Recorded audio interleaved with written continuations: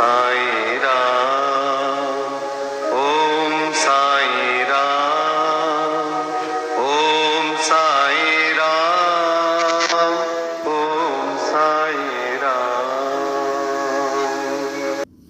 अध्याय 34 ओदी की महिमा भाग 2।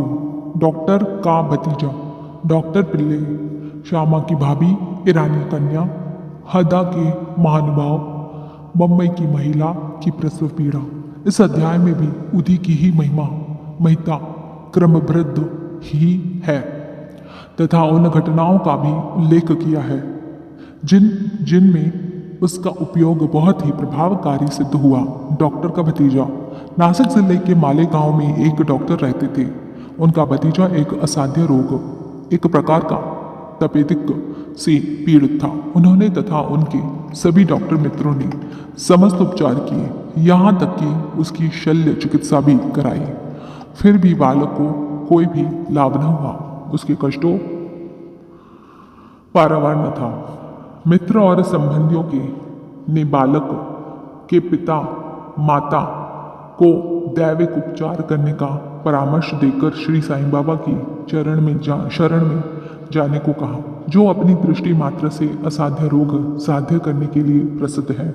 अतः माता पिता बालक को साथ लेकर शिरडी आए। उन्होंने बाबा को साष्टांग प्रणाम कर श्री चरणों में बालक को डाल दिया और बड़ी नम्रता और आदरपूर्वक विनती की कि प्रभु हम लोगों पर दया करो, आपका संकट मोचन नाम सुनकर ही हम लोग यहाँ आए हैं।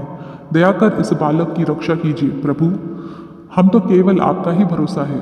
प्रार्थना सुनकर बाबा को दया आ गई और उन्होंने सांत्वना देकर कहा कि जो इस मस्जिद की सीढ़ी चढ़ता है उसे जीवन पर्यंत कोई दुख नहीं होता। चिंता न करो, यह ऊदी ले उस रोग ग्रस्त स्थान पर लगाओ। ईश्वर पर विश्वास रखो, वह सप्ताह के अंत में पूर्ण स्वस्थ हो जाएगा।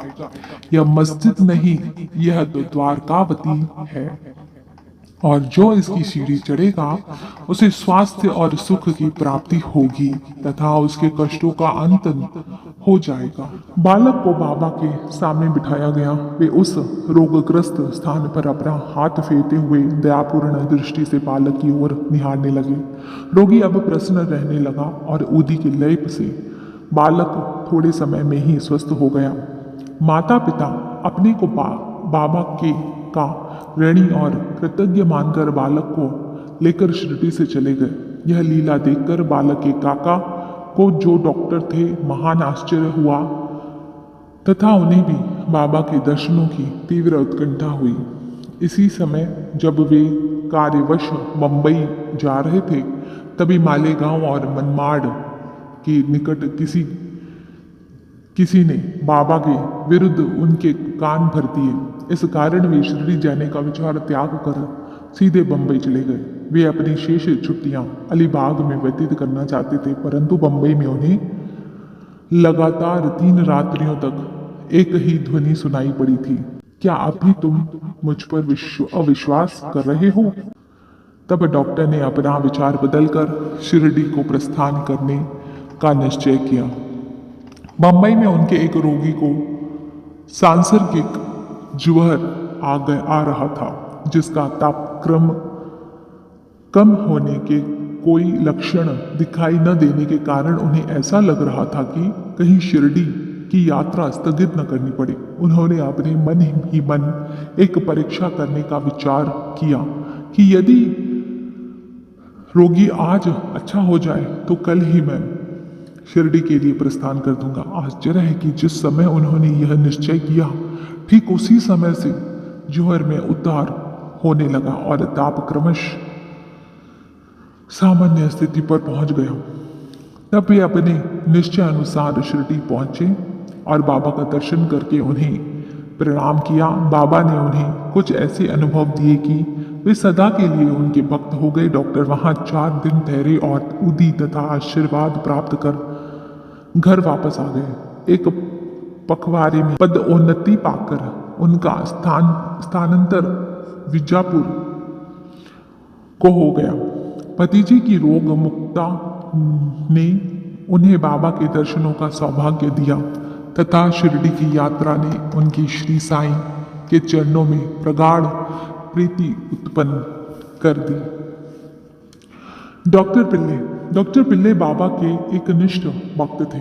इसी कारण बाबा उन पर अधिक स्नेह रखते थे और उन्हें सदा भाव कहकर पुकारते तथा हर समय उनसे वार्तालाप करके प्रत्येक विषय में परामर्श भी लिया करते थे। उनकी सदैव यही इच्छा रहती थी कि वे बाबा के समीप ही बने रहें। एक बार डॉक्टर पिल्ले को नासुर हो गया। वे काका साहेब दीक्षित से बोले कि मुझे असह्य प्रिया हो रही है और मैं अब इस जीवन से मृत्यु को अधिक श्रेयस्कर समझता हूँ। मुझे ज्ञात है कि इसका मुख्य कारण मेरे पूर्व जन्मों के कर्म ही है। जानकर बाबा से कहो कि वे मेरी यह पीड़ा अब दूर करें। मैं अपने पिछले जन्म के कर्मों को अगले 10 जन्मों में भोगने को तैयार हूँ। तब काका दीक्षित ने बाबा के पास जाकर उनकी प्रार्थना सुनाई। साईं तो दया के अवतार ही है, वे अपने भक्तों के कष्ट कैसे देख सकते हैं। उनकी प्रार्थना सुनकर उन्हें भी दया आ गई और उन्हें दीक्षित से कहा कि पिल्ले से जाकर कहो कि घबराने की ऐसी कोई बात नहीं है। कर्मों का फल 10 जन्मों में क्यों भुगतना पड़ेगा। केवल 10 दिनों में ही गत जन्मों के कर्म फल समाप्त हो जाएंगे। मैं तो यहाँ तुम्हें धार्मिक और आध्यात्मिक कल्याण देने के लिए बैठा हूँ। प्राण त्यागने की इच्छा कदापि न करनी चाहिए। जाओ, पीठ पर लाद कर उन्हें यहाँ ले आओ। मैं सदा के लिए उनका कष्ट से छुटकारा कर दूंगा। तब उसी स्थिति में पिल्ले को वहां लाया गया। बाबा ने अपनी दाहिनी ओर उनके सिरहाने अपनी गादी देखकर सुख से लेटाकर कहा कि इसकी मुख्य औषधि तो यह है कि पिछले जन्मों के कर्मफल को अवश्य ही भोग लेना चाहिए ताकि उनसे सदैव के लिए छुटकारा हो जाए। हमारे कर्म ही सुख दुख के कारण होते हैं, इसलिए जैसे भी परिस्थिति आए उसी में संतोष करना चाहिए। अल्लाह ही सबको फल देने वाला है और वही सबका रक्षण करता है। ऐसा विचार कर सदैव उनका ही स्मरण करो, वे ही तुम्हारी चिंता दूर करेंगे। तन मन धन और वचन द्वारा उनकी अन्य शरण में जाओ, फिर देखो कि वे क्या करते हैं। डॉक्टर पिल्ले ने कहा कि नाना साहब ने मेरे पैर पर एक पट्टी बांधी है, परंतु मुझे उससे कोई लाभ नहीं पहुंचा। नाना तो मूर्ख है, बाबा ने कहा। वह पट्टी हटाओ, नहीं तो मर जाओगे। थोड़ी देर में ही एक कौवा आएगा और वह अपनी चोंच इसमें मारेगा, तब तुम शीघ्र अच्छे हो जाओगे। जब यह वार्तालाप हो रहा था कि उसी समय अब्दुल, जो मस्जिद में झाड़ू लगाने तथा दिया बत्ती आदि स्वच्छ करने का कार्य करता है, वहां आया। जब वह दिया बत्ती स्वच्छ कर रहा था तो अचानक ही उसका पैर डॉक्टर पिल्ले के नासुर वाले पैर पर जा पड़ा। पैर तो सूजा हुआ था और फिर अब्दुल ने पैर से दबा तो उसमें से नासुर के 7 कीड़े बाहर निकल पड़े। कष्ट असहनीय हो गया और डॉक्टर पिल्ले उच्च स्वर में चिल्ला पड़ा, किंतु कुछ समय के बाद वे शांत हो गया। गीत गाने लगा। तब बाबा ने कहा, देखा बाबू अब अच्छा हो गया है और गाना गा रहा है। गाने के बोल थे, कर्म कर मेरे हाल पर तू करीम, मेरी स्थिति पर तू दया कर रहे। हे अल्लाह, तेरा नाम रहमान है और रहीम, तू ही दयाघन और दयाशील हो। तू ही दोनों आलम का सुल्तान है, तू ही दोनों दुनिया के सम्राट हो। जहाँ मैं नुमायां तेरा शान है, इस दुनिया में तुम्हारा बड़पन स्पष्ट नेर आता है। फाना होने वाला है सब कारोबार, यह सब कारोबार खत्म होने वाला है। रहे नूर तेरा सदा साक्षात्कार मात्र तुम्हारी झांकी सदा रहने वाली है। तू आशिक का हरदम मददगार है, भक्तों की तू हमेशा मदद करने वाला है। फिर डॉक्टर पिल्ले ने पूछा कि वह कौवा कब आएगा और चोंच मारेगा। बाबा ने कहा, अरे क्या तुमने कौवे को नहीं देखा? अब वह नहीं आएगा। अब्दुल जिसने तुम्हारा पैर दबाया वही कौवा था। उसने चोंच मारकर नासुर को हटा दिया। वह अब फिर से नहीं आएगा। अब जाकर बाड़े में विश्राम करो, तुम शीघ्र ही स्वस्थ हो जाओगे। ऊदी लगाने और पानी के साथ पीने से बिना किसी औषधि या चिकित्सा के वे 10 दिनों में ही निरोग हो गए, जैसा कि बाबा ने उनसे कहा था। श्यामा के छोटे भाई की पत्नी भाभी। सावली विहीर के समीप श्यामा के छोटे भाई पापा जी रहते थे। एक बार उसकी पत्नी को गलतियों वाला प्लेग हो गया। उसे जहर हो आया और उसकी जांघ में प्लेग की 2 गलतियां निकल आई। बाबा जी दौड़कर श्यामा के पास आए और सहायता के लिए चलने को कहा। श्यामा भयभीत हो उठे। उन्होंने सदैव की भांति बाबा के पास जाकर उन्हें नमस्कार किया और सहायता के लिए उनसे प्रार्थना की और तथा भाई के घर जाने की अनुमति मांगी। बाबा ने कहा कि इतनी रात्रि व्यतीत हो चुकी है, अब इस समय तुम कहाँ जाओगे? केवल उदी ही भेज दो। जोहर और गलती की चिंता क्यों करते हो? भगवान तो अपने पिता और स्वामी हैं, वह शीघ्र ही स्वस्थ हो जाएगी। अभी मत जाओ, प्रातःकाल जाना और शीघ्र ही लौट आना। श्यामा को तो उस मृत संजीवनी ऊदी पर पूर्ण विश्वास था। उसे ले जाकर उसके भाई को थोड़ी सी ऊदी गलती और माथे पर लगाई और कुछ जल में घोलकर रोगी को पिला दी। जैसे ही उसका सेवन किया गया वैसे ही पसीना प्रवाहित होने लगा। जोहर मंद पड़ गया और रोगी प्रगाढ़ निद्रा में निमग्न हो गया। दूसरे दिन बाबा जी को अपनी पत्नी को स्वस्थ देखकर बड़ा आश्चर्य प्रकट किया कि न तो जोहर है और न गलती का कोई चिन्ह है। दूसरे दिन जब श्यामा बाबा की आज्ञा प्राप्त कर वहां पहुंची तो अपने भाई की स्त्री को चाय बनाते देखकर उन्हें बड़ा आश्चर्य हुआ। अपने भाई से पूछताछ करने पर उन्हें पता चला कि बाबा की ऊदी ने एक रात्रि में ही रोग को समूल नष्ट कर दिया है। तब श्यामा को बाबा के शब्दों का मर्म समझ में आया कि प्रातःकाल जाओ और शीघ्र लौट कर आओ। चाय पीकर श्यामा लौट आया और बाबा को प्रणाम करने के पश्चात कहने लगा कि देवा, यह क्या नाटक है? पहले बवंडर उठाकर हमें शांत कर देते हो, फिर हमारी शीघ्र सहायता कर सब ठीक ठाक कर देते हो। बाबा ने उत्तर दिया कि तुम्हें ज्ञात होगा कि कर्म पथ अति रहस्यपूर्ण है। यद्यपि मैं कुछ भी नहीं करता, फिर भी लोग मुझे ही कर्मों के लिए दोषी ठहराते हैं। मैं तो एक दर्शक मात्र ही हूँ। केवल ईश्वर ही एक सत्ताधारी और प्रेरणा देने वाले हैं। वे ही परम दयालु हैं। मैं न तो ईश्वर हूँ और न मालिक, केवल उनका एक आज्ञाकारी सेवक ही हूँ और सदैव उनका स्मरण किया करता हूँ।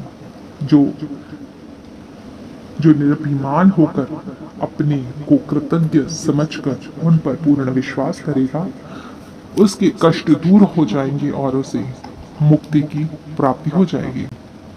ईरानी कन्या। अब एक ईरानी भद्र पुरुष का अनुभव पढ़िए। उनकी छोटी कन्या घंटे घंटे पर मूर्छित हो जाया करती थी। उसके दांत कस जाते थे, उसके हाथ पैर ऐंठ जाते और वह बेहोश होकर भूमि पर गिर पड़ती थी। जब नाना प्रकार के उपचारों से भी उसे कोई लाभ न हुआ, तब कुछ लोगों ने उस ईरानी से बाबा की ऊदी की बहुत प्रशंसा की और कहा कि वह विले पाले बम्बई में काका साहब दीक्षित के पास से ही प्राप्त हो सकती है। तब ईरानी महाशय ने वहाँ से उदी लेकर जल में घोलकर अपनी बेटी को पिलाया। प्रारंभ में जो दौरे 1 घंटे के अंतर से आया करते थे, बाद में वे 7 घंटे के अंतर से आए और कुछ दिनों के पश्चात तो वह पूर्ण स्वस्थ हो गई। हरदा के महानुभाव। हरदा के एक महानुभाव पथरी रोग से ग्रस्त थे। वह पथरी केवल शल्य चिकित्सा द्वारा ही निकाली जा सकती थी। लोगों ने भी उन्हें ऐसा ही करने का परामर्श दिया। वे बहुत ही वृद्ध तथा दुर्बल थे और अपनी दुर्बलता देखकर उन्हें शल्य चिकित्सा कराने का साहस न हो रहा था। इस हालत में उनकी व्याधि को और इलाज ही क्या था। इसी समय नगर के इनामदार भी वहाँ आए हुए थे, जो बाबा के परम भक्त थे। तथा उनका पास उदी भी थी। कुछ मित्रों ने के परामर्श देने पर उनके पुत्र ने उनसे कुछ उदी प्राप्त कर उन्हें वृद्ध पिता को जल में मिलाकर पीने को दी। केवल 5 मिनट में ही उदी के पेट में जाते ही पथरी मूत्रेंद्रिय के द्वारा से बाहर निकल गई और वह वृद्ध शीघ्र ही स्वस्थ हो गया। बम्बई की महिला की प्रसव पीड़ा। बम्बई के कायस्थ प्रभु जाति की एक महिला को प्रसव काल में असहनीय वेदना हुआ करती थी। जब वो गर्भवती हो जाती तो बहुत घबराती और किन कर्तव्य मूढ़ हो जाया करती थी। इसके उपचारक संत श्री राम मारुति ने उसके पति को सुझाव दिया कि यदि इस पीड़ा से मुक्ति चाहते हो तो अपनी पत्नी की शिरडी ले जाओ। पुनः जब उसकी स्त्री गर्भवती हुई तो वे दोनों पति पत्नी शिरडी आए और वहाँ कुछ मास ठहरे। वे बाबा की नित्य सेवा करने लगे। उन्हें बाबा के सत्संग का भी बहुत लाभ हुआ। कुछ दिनों के पश्चात जब प्रसव काल समीप आया तब सदैव की भांति गर्भाशय के द्वार में रुकावट के साथ अधिक वेदना होने लगी। उनकी समझ में नहीं आता था कि अब क्या करना चाहिए। थोड़ी ही देर में एक पड़ोसन आई और उसने मन ही मन बाबा से सहायता की प्रार्थना कर जल में उदी मिलाकर उसे पीने को दी। तब केवल 5 मिनट में ही बिना किसी कष्ट से प्रसव हो गया। बालक तो अपने भाग्यानुसार ही उत्पन्न हुआ, परंतु उसकी माँ की पीड़ा और कष्ट सदा के लिए दूर हो गए। वे अपने बाबा का बड़ा कृतज्ञ समझने लगी और जीवन पर्यंत उनकी आभारी बने रहे। श्री सद्गुरु साईनाथ परमस्तु शुभम भवतु। श्री सच्चिदानंद सद्गुरु साईनाथ महाराज की जय। श्री सच्चिदानंद सद्गुरु साईं करुणानंद महाराज की जय। श्री सच्चिदानंद सद्गुरु जगतगुरु बाल योगीराज साईं नारायण महाराज की जय। साई लीलावती माता की जय। ओम।